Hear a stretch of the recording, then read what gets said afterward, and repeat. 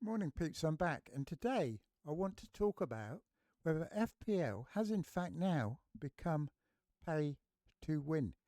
Because in previous seasons, FPL was a very simple game: goals, assists, and clean sheets. But this edition of the new defensive contributions has thrown a really big spanner in the works when it comes to a level playing field. And when we first heard about these changes, I think I said to Mark that I wasn't too unhappy with the actual change itself, more the fact that the information had to be freely available on the official website itself. But the problem is, it isn't. If you click on a player information, the only points you get for last season are the points they scored under the old rules. There's nothing about the new rules and about the difference that the defensive contributions would have made.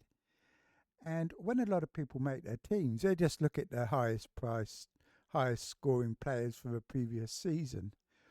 And some of them are like 40 or 50 points out on what they would be getting this season. And the information just isn't there. And there's still confusion about tackles, whether it's this, that, or the other, successful, unsuccessful, and all that type of thing. I mean, I know what they are. You probably know what they are. But a lot of the people just coming new to the game aren't going to have a clue. And the main beneficiaries of all these changes are people that charge money to look at the information. And I really do believe that it's now become a pay-to-win game. I myself, I've had to go and pay to join Fantasy Scout just to get a real good handle on these new rules, because I'm the sort of person who is going to do that if I have to remain competitive. And then next week we're going to have review coming out. Solio's coming out with a new offering, which is, I think, is heavily influenced by spread betting markets and all that type of thing. So we're going to need to have information to all those sort of things as well, I think, now, just to remain competitive, because these new rule changes have played right into the hands of the algorithms, in that they are so easy to calculate and so predictable in their returns. You know, with likes of Tarkovsky, and you can pretty much guarantee within a small range what his likely points are going to be for the season. And it makes it much easier for algorithms and much harder for humans using their brain, because when it was just goals, assists, and clean sheets, it was relatively simple to do the calculations in your head. But now it's far trickier. You know, I mean, if you look at the shows on YouTube this pre-season, it gives you a very good idea of what's happened, because I think it was The Wire last night. You know, in between 21 adverts, they did spend 2 hours on the same slide, basically, which is just explaining defensive contributions and looking at all the defensive players. The whole 2 hours was spent up just looking at defenders. Now, it's great for people that love stats and love tinkering around, and hardcore managers, you know, even like myself, to get something for us to really get into. But for the average person on the street that plays this game, it's an absolute nightmare. They've got no chance, absolutely no chance whatsoever. And even for them to understand the rules is difficult, because if they're not going to put the previous scores on the website when you look at a player's information, then they've just got a massive disadvantage. And it doesn't sit right with me. It just doesn't sit right with me, peeps, you know. And within like 10 minutes of the new rules being announced, all the Scout affiliates were kind of ordered to get online and tout the members area. They knew what was coming. They knew it was going to be a big boon to them. And it has been. You know, even myself, who'd given up paying for their members area a while ago because it's so blooming ponderous and slow and everything. And even I've had to go and join them just so that I can get easy accessible tables on these new rules. Even me talking about it's probably sending people there. Me talking about Solio, me talking about FPL review. But the fact is, if you want to do well, you've got to have to pay. It's a sad state of affairs, but that's the way it is. I think now you're not going to win FPL without it. I suspect. Whereas previously, you didn't really need to. It was obviously a big help, but it was not necessary. Whereas now, I think it is actually necessary.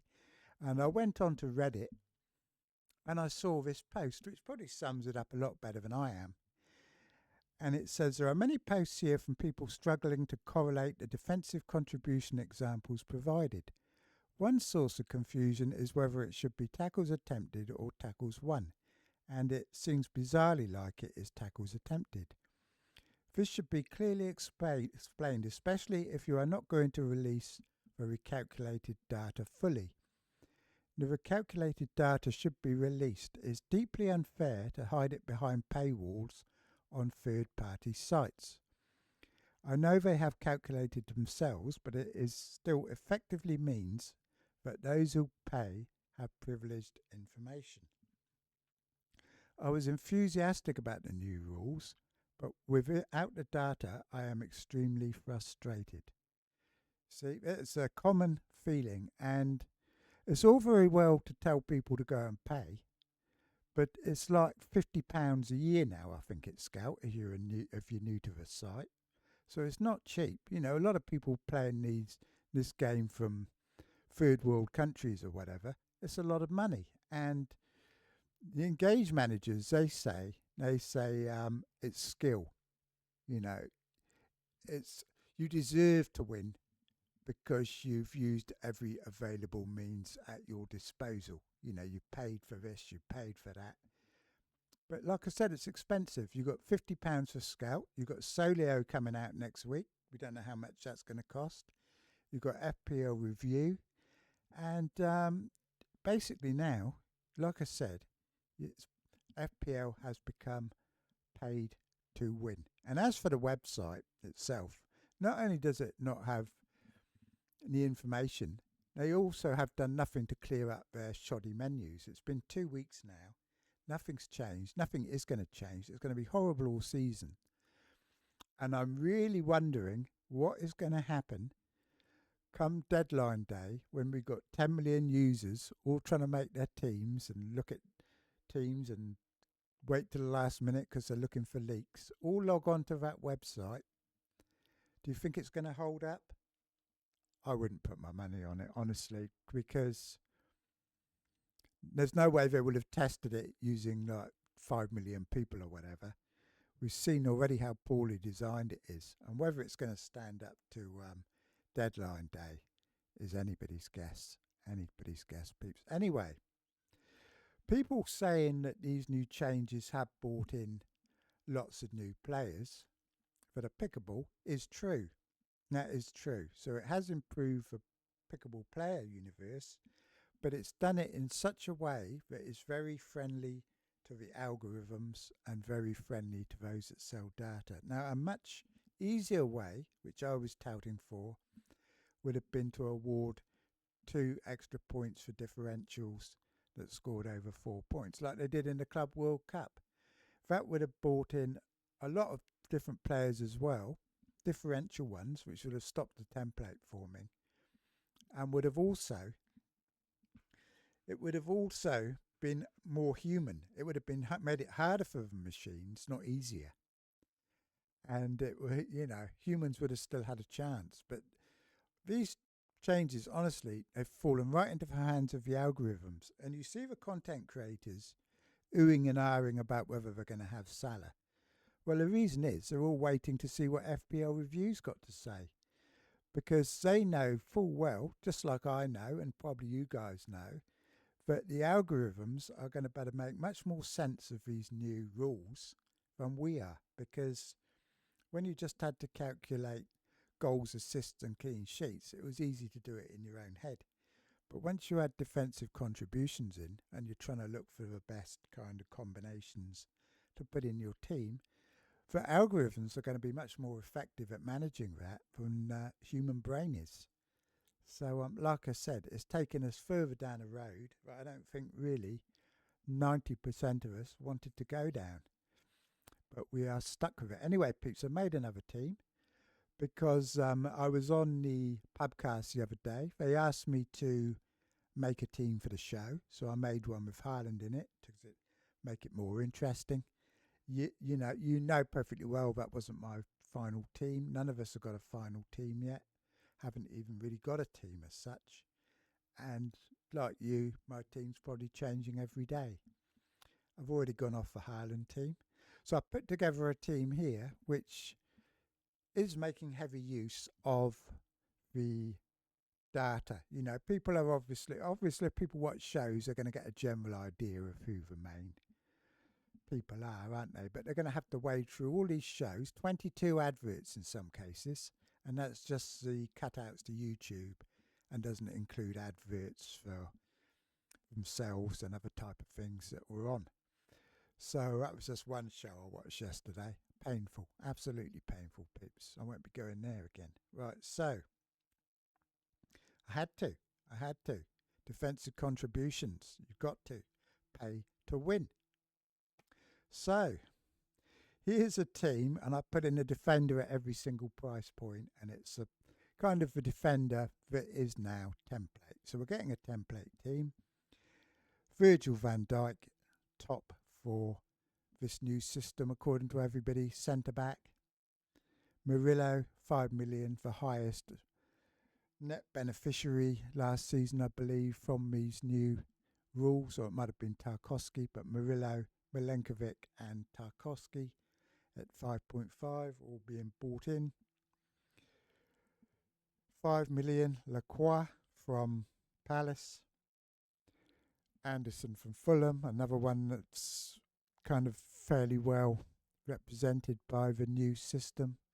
4.5, Wan-Bissaka is everyone's favourite at the moment. Mixture of attacking and a few extra points. There's others like Anderson of Fulham. No, sorry, that's a different Anderson. Anderson of Palace is another one. Or is it Anderson of Fulham? No, it is Anderson of Fulham. He used to play for Palace, that's right. Esteve for 4.0 a choice. Sanchez in goal with Kelleher, two of the most template keepers. In midfield, Anderson, one of the new darlings of the bonus point system that, of course, new players won't know anything about. Fair click information on the website and see you got like a paltry 90 odd points, and will wonder why all us idiots have got him in the team. You know, I've already had it in the comments from people. You know, why have you got him? He's useless. But but they're not going to know. They're not going to know that his real total's more like 150, because it does not say anywhere on the website what his previous seasons would have been under the new rules, and that is a huge oversight by the people running this game. So Fernandez, another one over 20, I believe, points. So he's coming to the team. So I've got Anderson, Wirtz, Palmer, Fernandez, and Baliba's another one. So I've got Solanke in here, who will be coming into the team for somebody, probably Baliba. So I've got a very expensive attack, very good midfield, and I believe it's a very good defence. One that you don't even, you can switch and swap as needed with those two. Switch to a 4-4-2 at any time if you need to. Game week 2. Solanke away at away at Man City, just bring Lacroix in. Or bring Baliba in.